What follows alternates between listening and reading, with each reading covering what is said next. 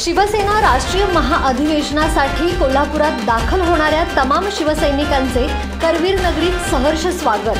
तसेच मुख्यमंत्री नामदार एकनाथ शिंदे यांच्या 17 तारखेच्या जाहीर सभेत उपस्थित राहणाऱ्या शिवसेनेच्या समस्त पदाधिकारी, मंत्री, आमदार, खासदार यांचे करवीर नगरीत सहर्ष स्वागत। स्वागतोत्सुक माननीय श्री राजेश क्षीरसागर, राज्य नियोजन मंडळ कार्यकारी अध्यक्ष, कॅबिनेट मंत्री दर्जा, चलो गांधी मैदान, दिनांक 17 फेब्रुवारी दुपारी 4 वाजता।